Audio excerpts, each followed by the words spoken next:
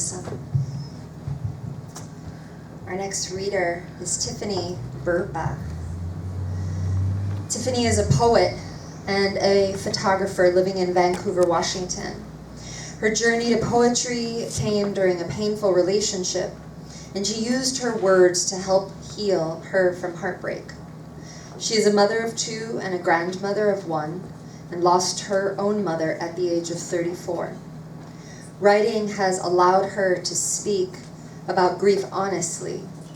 And we all grieve differently, and we all know the pain of loss. And as a writer, Tiffany has been published in Ghost Town Anthology Volume 2, Printed Matter Press 2014, Poeming Pigeons, Doobie or Not Doobie, and Poems About Music. Tiffany just released her first full-length book of poetry, Meet Me Where I Left You, by Printed Matter Vancouver. Please welcome Tiffany.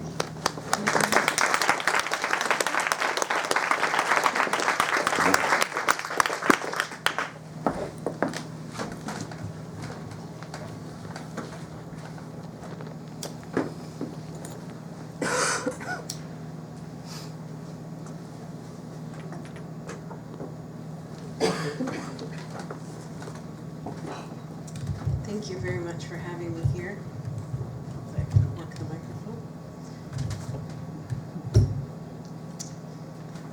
Like I mentioned, I lost my mom almost 10 years ago. It'll be 10 years April 7th. So I don't know if it ever gets any easier, but I find that as a writer, she ends up a lot in my poetry. So this first poem is called Subliminal. Wake in a night's dream, one that does not end in tears, but of Estee Lauder perfume. My mother's around me, cutting daisies along a mountain road as ants of red crawl on me without biting. She followed me here to this new place where she has never set foot, never laid her head to sleep. She found me in sunflowers standing tall in vases, in summer sun kissing my skin, and my laughter sitting on the surface of almost consumed whiskey bottles. I see her now as Sophia's stubbornness, in Lily's blue eyes, in my wrinkles and age-spot hands. The nighttime whispers her words. She still sings me to sleep with words that reassure me it will all be okay. Even in her death, her voice fills the empty space in my mind. In life, the echoes and shells along the sandy beach. Sleep in a daydream, wake as night forgets her unfulfilled dreams.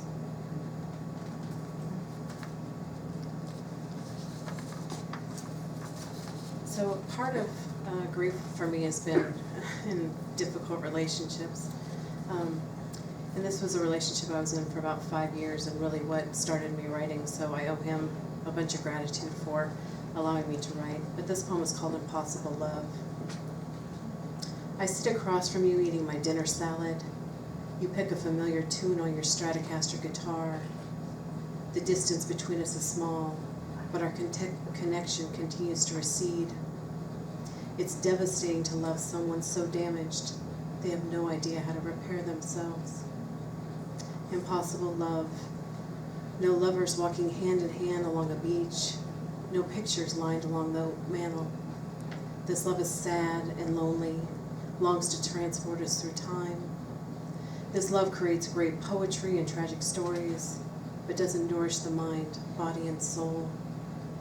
This love is not seen through gray hair and wrinkles. It doesn't last long enough. You fool yourself that your love for them is so strong that it can weather the horrific storms that you endure. As much as you want them to change, find their way, slay their demons, they don't. As much as you know they love you, in reality they won't. As much as you pray that something will click, hope their bottom is reached, the light goes off in their head, it can't. You hold your breath, walk on eggshells placed below your delicate feet. You almost drowned in the cup of tears that sits beside your bed. There is no guide for this love, no map to find your way. You stand looking in all directions, signs placed everywhere. Close your eyes, shake your head roughly to clear these signs from the etch-a-sketch in your brain. How do you love someone so damaged they have no idea how to repair themselves? It's impossible without damaging yourself.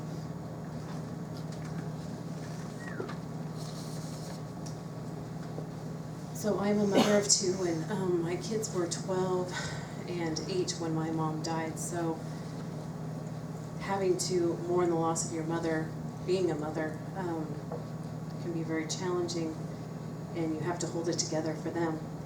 And so I thought a lot about my death and how I wanted my kids to see that or think about me. So this is a poem I wrote for them called A Poem Upon My Death. Do not weep for me now that I am dead. Remember the life I lived. I know you will wonder how life can go on. It continues as if I haven't passed. Dogs are still walked. Coffee is still being shared between friends. You will feel numb, like how did their world continue when yours has been rocked to the core? Life does continue. You will continue. I speak from experience.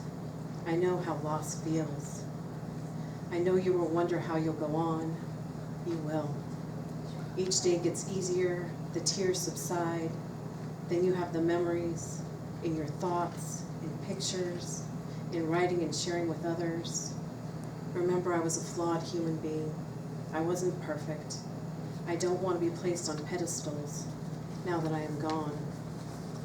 You will have the memories we have shared to carry on.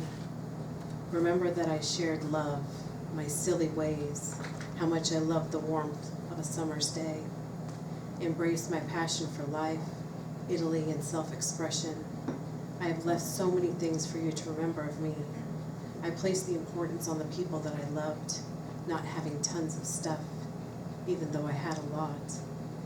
The love I gave and received should be enough. Don't cry for me now that I am gone. I am not that far away. I am a smile on a stranger's face, a poem being spoken, a picture being taken, a black lab licking your face. I was lucky, I was loved by many. If you feel my presence, say hello. I am sure there'll be many times my spirit will need to roam. Honor me by being your best. Know my love does not end now that I am dead.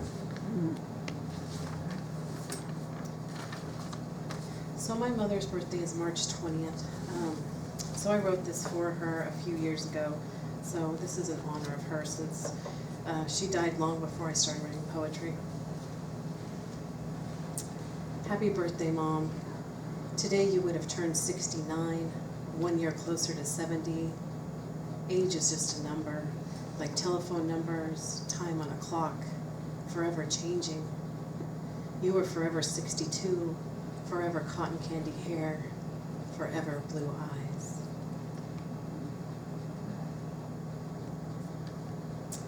And this is the last poem I'm going to read. It's about losing love and the hope of having love again.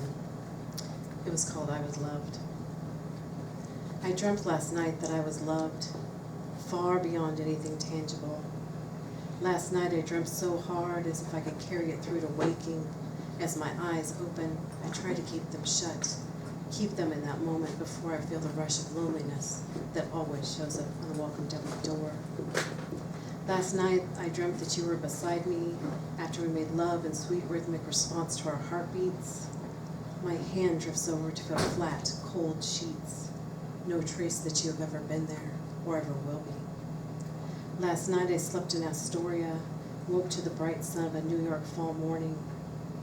Last night I dreamt of New York as I reached over to feel the skin of a new lover, feel his platinum wedding band, and realize he has always been my dream, the one my mind could not realize in a conscious state.